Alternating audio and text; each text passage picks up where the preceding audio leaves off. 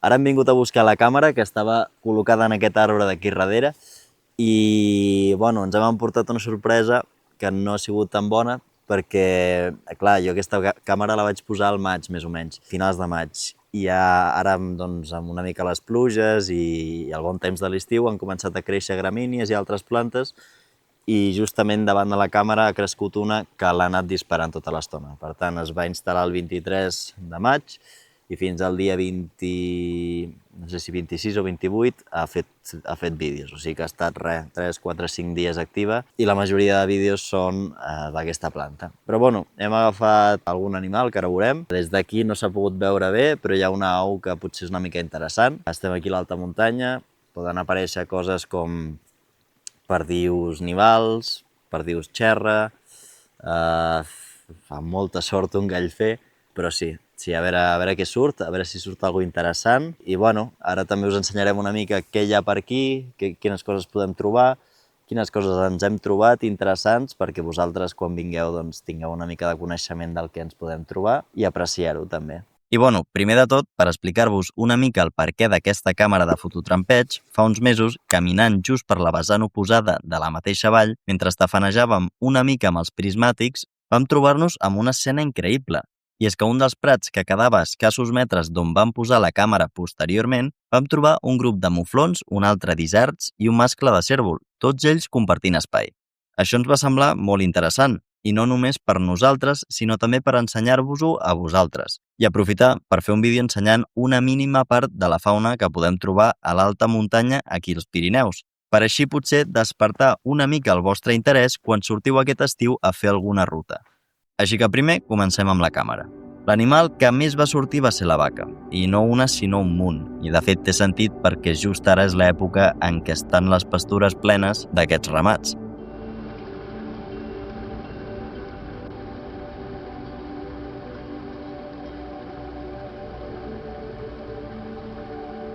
El carnívor més abundant a Catalunya tampoc va faltar.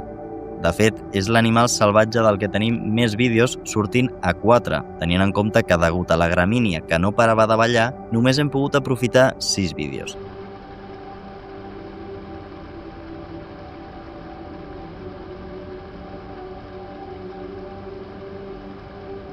Com a curiositat, la guineu roja, Vulpes vulpes, és el membre de la família dels cànids amb distribució més àmplia a escala global.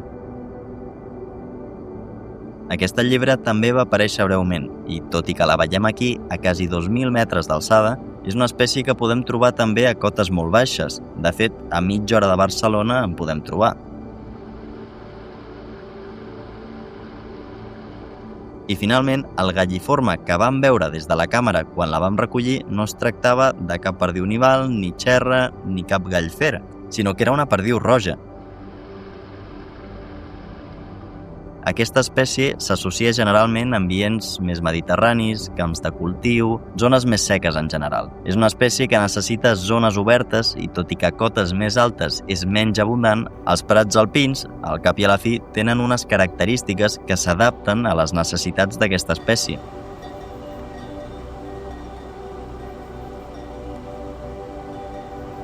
Malauradament, com hem dit abans, no hem captat tot el que ens hagués agradat, perquè la targeta va quedar plena al cap d'uns pocs dies, però per sort tenim algunes imatges interessants que vam poder enregistrar per la mateixa zona amb les nostres càmeres.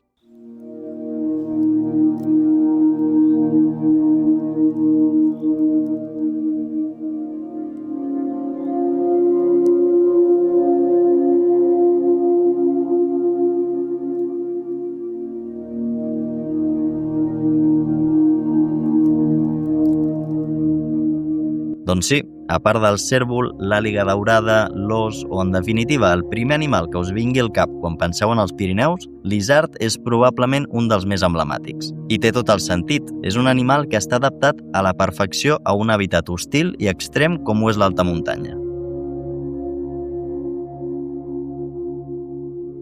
A l'hivern, com és el cas d'aquest exemplar, amb aquest pelatge hivernal tan majestuós, baixen de cota, ja que per molt ben adaptats que estiguin, si les pastures estan cobertes de neu, hauran de trobar menjar on aquest no sigui el cas. A mesura que arribi l'estiu, però, aquests tornen a pujar, on també, evidentment, els molestarem menys.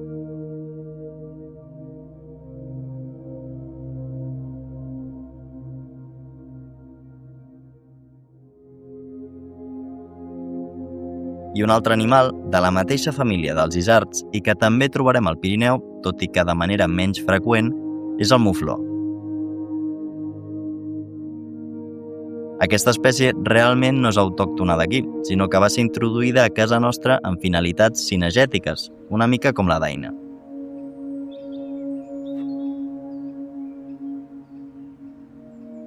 Els muflons, a diferència dels isards, en què tant mascles com femelles tenen banyes, només presenten banyes en els mascles. A més, aquestes també són diferents. Mentre que les de l'isard creixen primer cap amunt i després es corben cap enrere, les del mufló comencen a corbar-se ja des de la base, formant una espiral cada cop més marcada amb l'edat. A més, una cosa molt curiosa és aquesta taca en forma de cadira de muntar blanca que tenen només els mascles adults. A diferència de l'isard, que ens recorda més a una cabra, el mufló s'assembla molt a una ovella. De fet, són la mateixa espècie, tot i que amb la taxonomia d'aquesta espècie encara hi ha moltes discussions.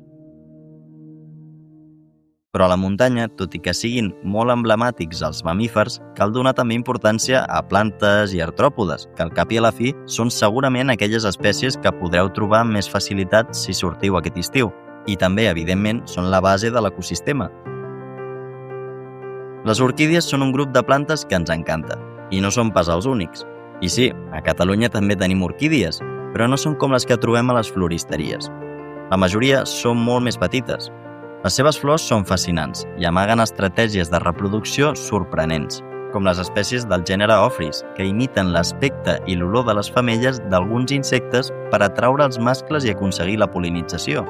A més, les seves llavors són tan petites i tenen tan poques reserves que necessiten establir una simbiosi amb un fong per poder germinar. Però bueno, si us interessa aquest tema de veritat i endinsar-vos una mica més, deixeu-nos als comentaris i ja us farem un vídeo més endavant explicant-ho més en detall. Però perquè aquestes plantes i moltes més es puguin reproduir, calen pol·linitzadors que mobilitzin el pol·len d'una flor a l'altra, o fins i tot dins d'una mateixa flor. Les papallones, sense dubte, són un dels pol·linitzadors més vistosos i en què es fixa la majoria de gent. En aquest cas, us presentem l'Apolo, un símbol dels Pirineus. És una papallona bastant gran, inconfusible per les seves taques vermelles a les ales posteriors i que personalment ens encanta. La trobarem a zones obertes en l'àmbit alpí, com pendents assolellats on molts cops s'hi troba la planta nutrícia de l'eruga, o prats, on podrem trobar els adults alimentant-se del nèctar de plantes com els cards.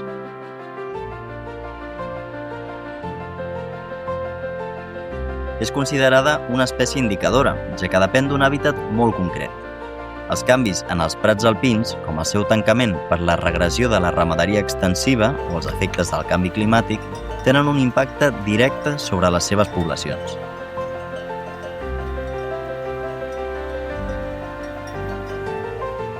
Una cosa molt curiosa d'aquesta espècie és que la femella només s'aparella amb un mascle, però no és per cap motiu romàntic, sinó que té un fons una mica més pertorbador. Durant la còpula, el mascle allibera un líquid que es solidifica a l'orifici genital de la femella, formant una espècie de tap que s'anomena sfragis, impedint que aquesta torni a copular. Dit això, al Pirineu trobem un munt d'espècies, i és que en aquest vídeo no acabaríem mai. Però si amb aquestes poques que us hem ensenyat us hem despertat un mínim de curiositat i apreciació per tot el que tenim a casa nostra, ja estem contents amb el nostre paper.